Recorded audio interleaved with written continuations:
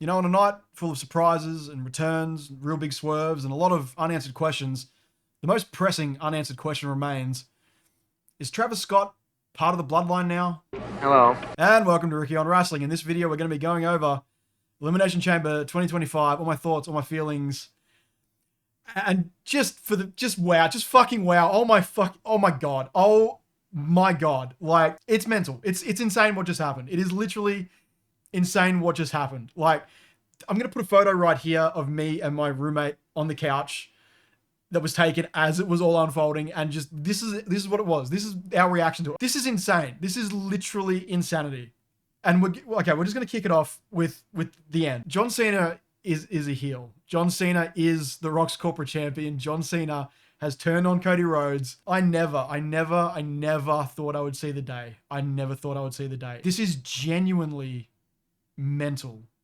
And for everything that has been said in the past couple of weeks about the build to WrestleMania being boring and predictable, and we're just sort of spinning our wheels until we get to the chamber and we find out who Cody's facing, and then a week ago we get The Rock throwing that little curveball in there with the "I want your soul, I want you to be the corporate champion," and people speculating, is Cody going to turn heel? Are we going to get, Homelander Cody? The answer to all those questions is fuck no, shut the fuck up, and just let this play out, because it's 2025. We have heel Cena going into WrestleMania. The rest of this build, if done correctly, could be insane. I keep saying that fucking word, but I don't understand what I saw. So I'm going to calm down a little bit. I'm going to take a breath, and then I'm going to come back. I'm going to go through this thing analytically like I usually do, but god damn. Wow. Okay, I'm calmed. Let's kick this off properly. Let's start at the beginning. Women's Elimination Chamber match. Good match overall. Really, really solid. I think Liv Morgan is 100% the MVP of this match. She took some insane bumps. That hair whip she took was mental. Before the match even kicked off, Jade Cargill is back. She comes out. She attacks Naomi. That was kind of where we were predicting this was going. It was either going to be Naomi or Bianca, and we now are heading in that direction, which kind of made the end of this a bit more confusing. After that happened, I was like, surely Bianca is going to be tied up in all of this. There is no way she wins. My pick was still Liv Morgan, and they somehow get Io Sky involved for a triple threat. And no, they went with Bianca. So I don't know what that means for the build with Jade and Naomi, but it's a good choice. We've seen it before, but I'm more than happy to see it again. It's going to be sick if you do manage to still throw Io Sky in there, give us that curveball of a triple threat match. I would be down. Good match, set the tone for the night off in a good way, and yeah, an interesting winner that not a lot of people were predicting, so that's good. That's a nice way to kick things off. Next match was the tag match between, and you don't care. You don't care. No one cares. This was nothing. It was fine. It got the home crowd to pop for Trish. Tiffy got some cool spots in, and that's about it. Like, no one, you don't care. You don't care. We'll move on. Sammy and Kevin. This was great. This was beautiful. This was brutal. It was bloody. It was everything that I wanted it to be. I feel like it could have gone just a little bit harder, but yeah, it's fine. I'm happy with what we got. I was expecting some more color throughout the match, and we did get some towards the end, but when Kevin was like biting Sammy's head, I was expecting him to just do a little, quick little blade job to sell that, but we didn't get that. But eventually the barbed wire came out, and the chair, and that spot onto the chair, the blue thunder bomb onto the barbed wire chair that was propped up between the two other chairs, and there was just no give. Oh my god, that looked like it hurt. That did not look like a fun spot to take. So yeah, really solid match. I feel like this is a bit of a conclusion between the two of them. Kevin did get the win, which I did predict, and this feels like a nice ending. And then we got sort of the next step of the story pretty much right away. Randy Orton is back. Very happy.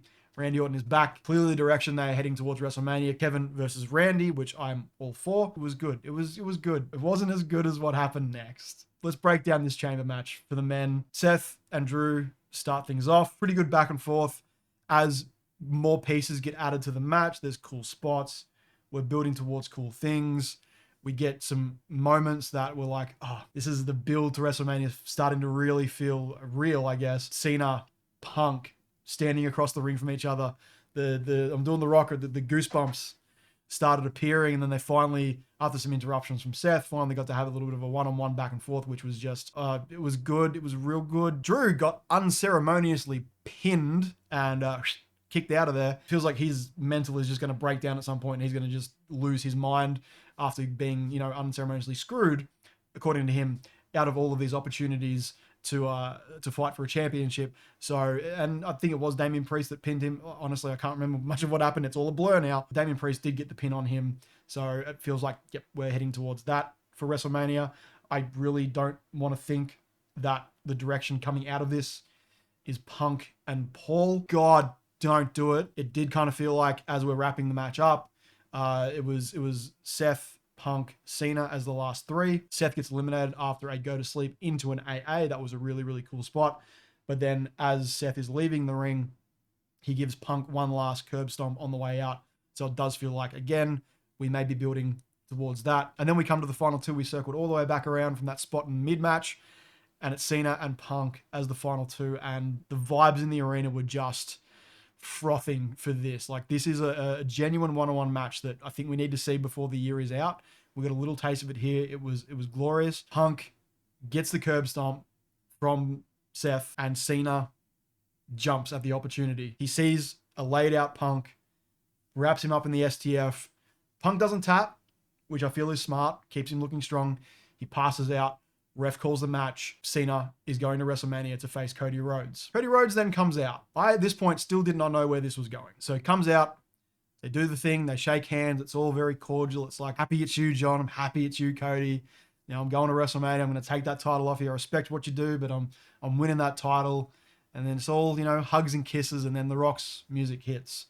And then out comes Travis Scott instead of The Rock. And they play a bit of one of his songs over The Rock's theme, and that was actually it was a much better remix than they did with the little Wayne song a couple of weeks ago.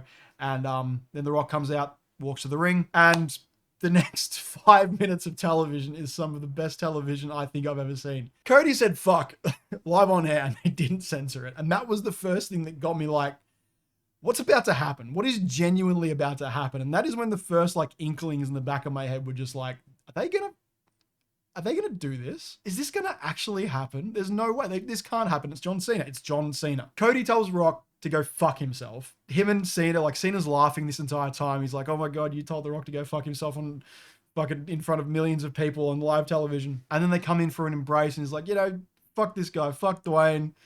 They come in for the hug, and then Cena's face just changes. And at this point, I'm losing my mind. Cena's face changes. He locks eyes with The Rock. The Rock gives him the little 2-finger fucking throat cut thing. And at this point, the crowd has seen it. Everyone has seen it. Cody is still his head over the shoulder of Cena, facing away from Rock. Cody hasn't seen it yet. And then Cena kicks him in the dick.